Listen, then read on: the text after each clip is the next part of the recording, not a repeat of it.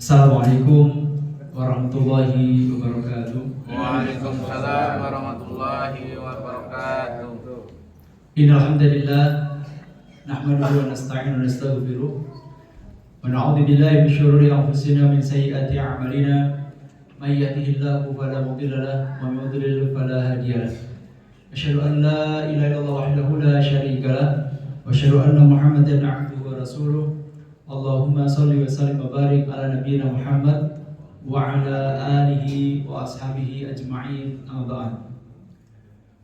Fa rabbi shrah li sadri wa yassir li amri wahlul 'uqdatam min lisani yafqahu qawli.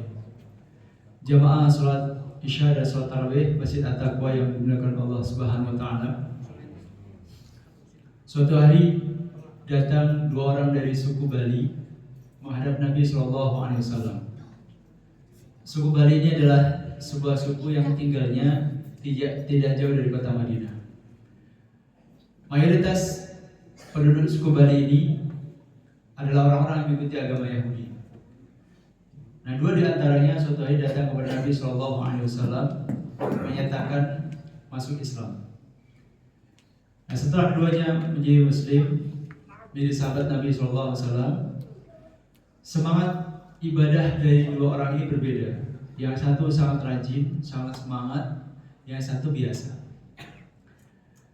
Yang semangat dan rajin ini meninggal duluan, dan meninggalnya karena terbunuh di medan perang.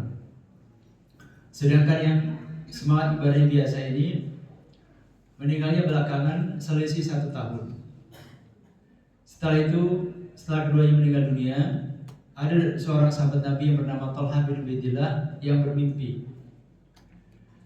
Dalam mimpi itu, beliau sedang berada di depan pintu surga, di depan gerbang surga yang megah dan mewah, dan di situ juga ada dua orang sahabat yang dulu masuk Islam bersamaan. Tiba-tiba dari gerbang surga keluarlah malaikat, lalu persilahkan orang yang meninggalnya belakangan untuk masuk surga duluan. Setelah itu malaikat ini keluar lagi dan persilahkan orang yang meninggal duluan yang mati syahid untuk masuk surga juga menyusul kawannya. Kemudian malaikat ini keluar lagi dan berkata kepada Thalhah bin Ubaidillah, kembalilah kamu, waktu belum tiba. Setelah itu Thalhah pun terbangun dari tidurnya, dan keesokan harinya beliau ceritakan mimpi ini kepada para sahabat Nabi. Ketika mendengar cerita mimpi dari Thalhah bin Ubaidillah ini, banyak para sahabat yang merasa heran. Bagaimana mungkin orang yang matinya biasa kok bisa masuk surganya mendahului orang yang mati syahid? Akhirnya cerita mimpi ini pun sampai ke telinga baginda Rasulullah SAW. Nah, sebelum kita lanjutkan kisah mimpi ini, saya ingin sampaikan sedikit tentang siapa Thalhah bin Ubaidillah ini, sahabat yang bermimpi dengan mimpi yang kita bahas malam ini.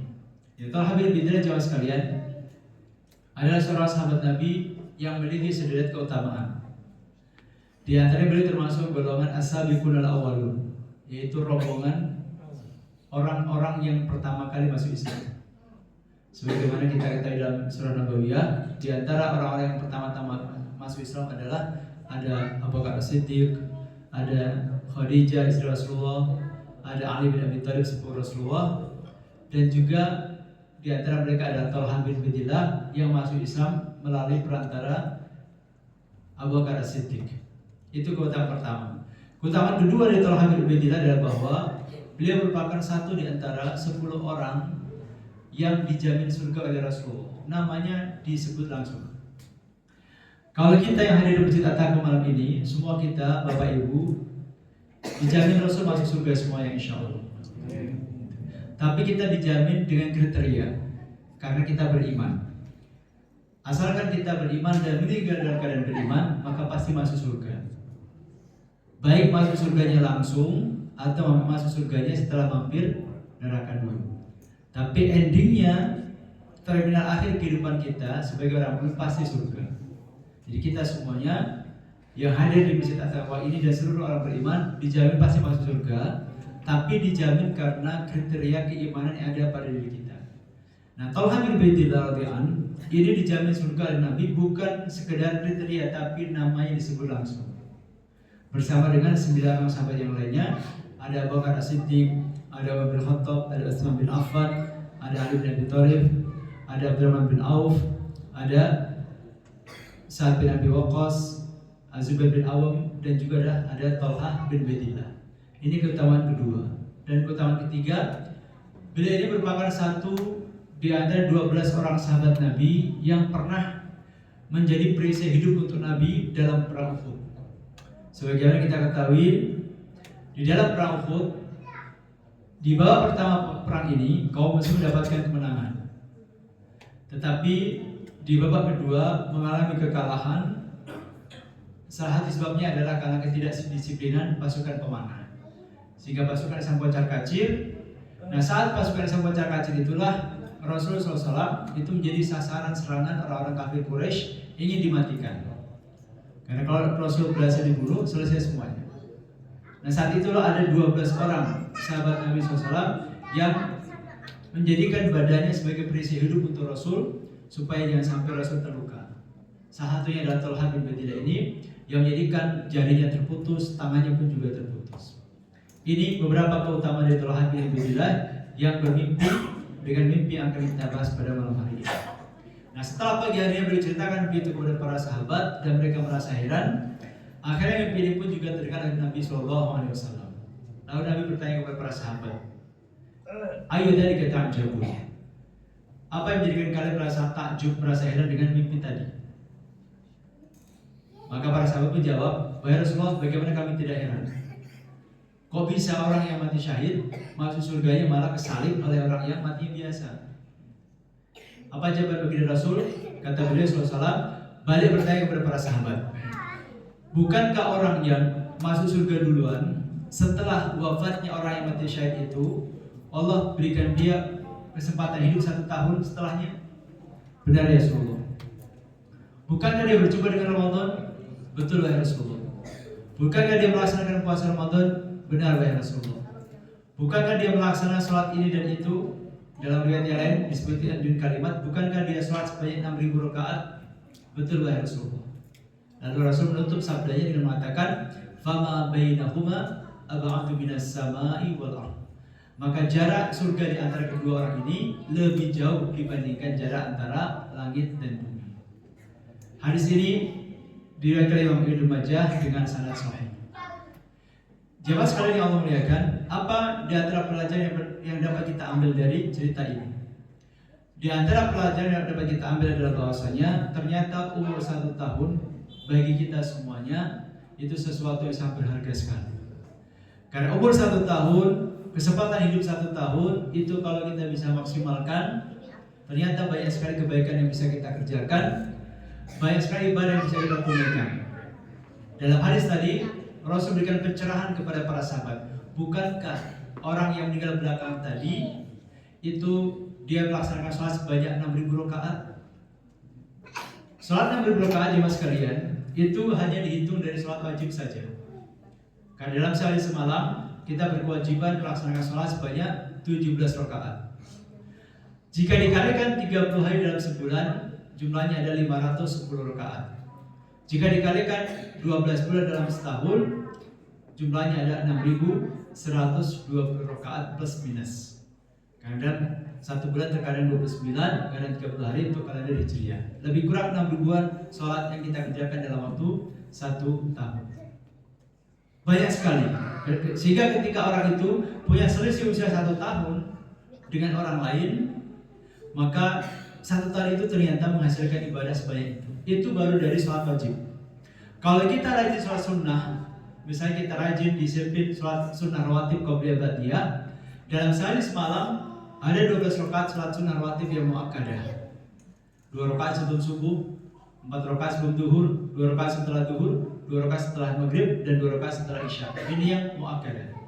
Kalau ditambahkan dengan ini 12 rakaat kali 30 hari dalam sebulan ada 360, dikalikan 12 bulan dalam setahun lebih kurang ada 4.000. Sehingga gabungan antara sholat wajib plus sholat sunnah rawatib ada sekitar 10.000 rakaat.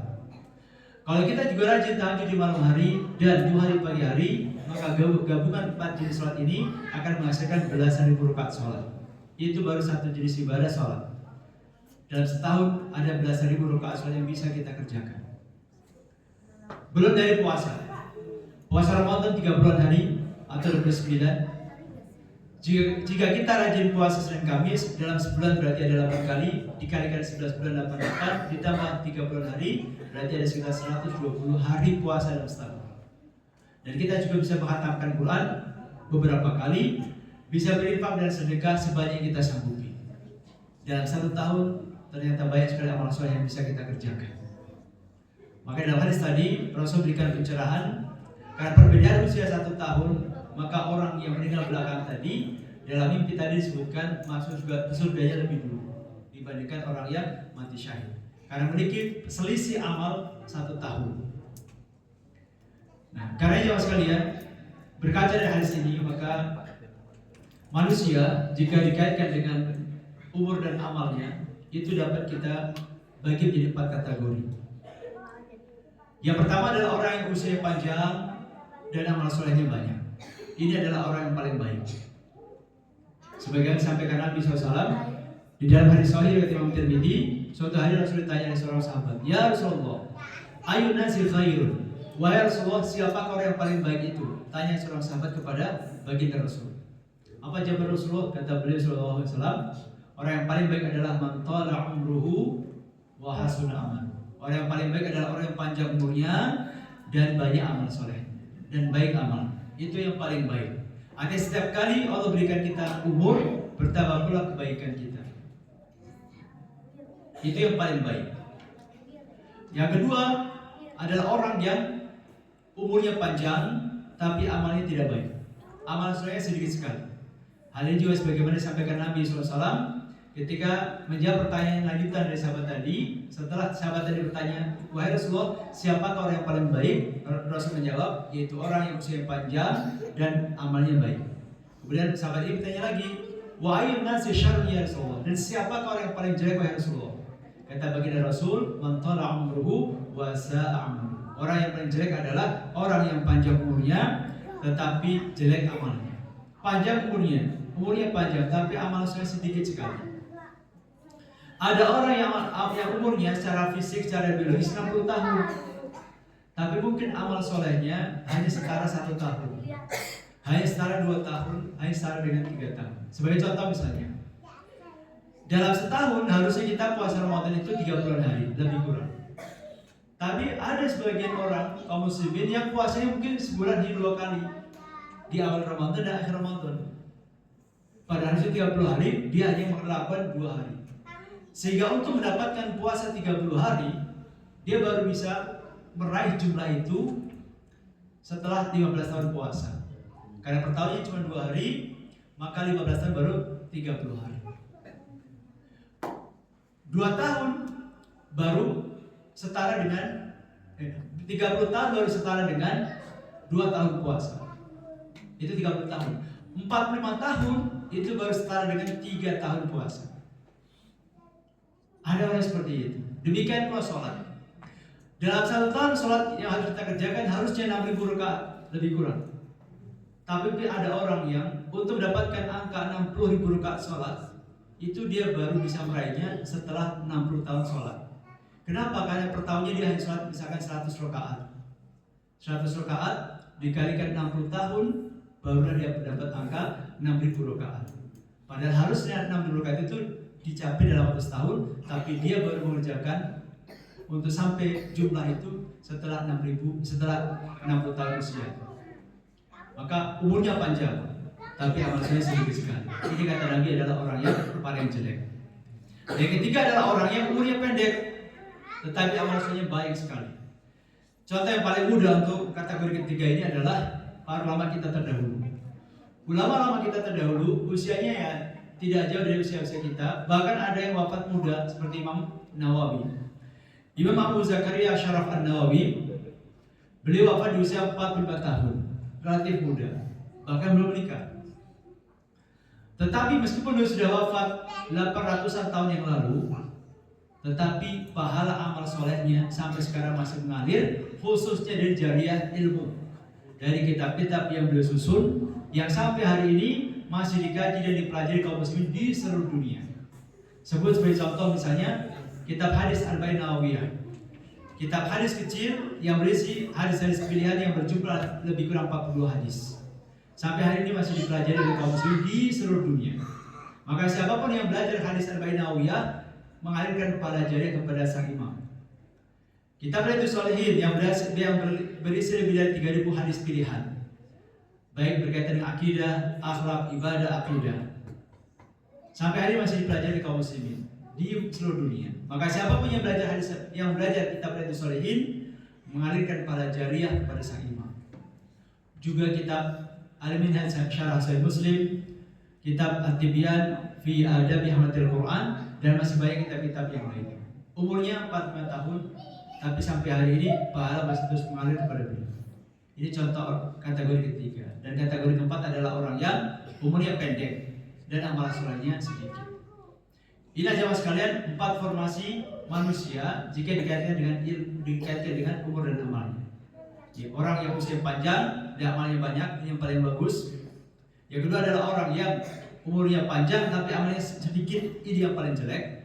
Nah, yang pertengahan adalah orang yang usianya pendek tapi amalnya banyak, dan orang yang usia pendek dan amalnya juga sedikit. Nah, karena jemaah sekalian, ketika Allah SWT masih memberikan kita kesempatan hidup, berikan umur, berjumpa dengan Ramadan, maka mari kita sama-sama niatkan, sama-sama kita tekadkan agar setiap kali Allah berikan kesempatan bertambah pula kebaikan kita. Sebagai doa yang barangkali kita mayoritas sudah hafal, Allahumma aslih li dini alladhi huwa ismatu amri, wa aslih li dunyaya allati fiha ma'ashi, wa aslih li akhirati allati ilaiha ma'adi, wa ja'il hayata ziyadatan li fi kulli khairin, wa ja'il mauta rahatan li min kulli syarr. Ya Allah, perbaikilah agamaku karena ia merupakan benteng bagi urusanku. Jadi agama ini adalah benteng penjaga hidup kita. Karena orang kalau tidak punya agama, hidupnya akan tidak ada aturannya, bebas-bebasnya dia turunkan hawa nafsunya. Agar kita terarah, harus ada agama yang menjaganya. Makanya kita berdoa kepada Allah, ya Allah, perbaikilah agamaku karena ia adalah penjaga urusanku. Dan perbaikilah kehidupanku di dunia karena di sini aku hidup saat ini. Perbaikilah akhiratku karena kesanalah aku akan kembali. Jadikanlah hidupku sebagai masa untuk menambah kebaikan, dan jadikanlah kematianku sebagai masa untuk berhenti dari segala keburukan. Maka mudah-mudahan Allah senantiasa membimbing kita semuanya dengan hidayah taufiknya, sehingga setiap kali Allah berikan kita kesempatan bertambah pula kebaikan kita. Amin ya rabbal alamin. Demikian jemaah sekalian yang dapat saya sampaikan. Lebih kurang maaf. Akhirul kalam. Assalamualaikum warahmatullahi wabarakatuh. Waalaikumsalam warahmatullahi wabarakatuh.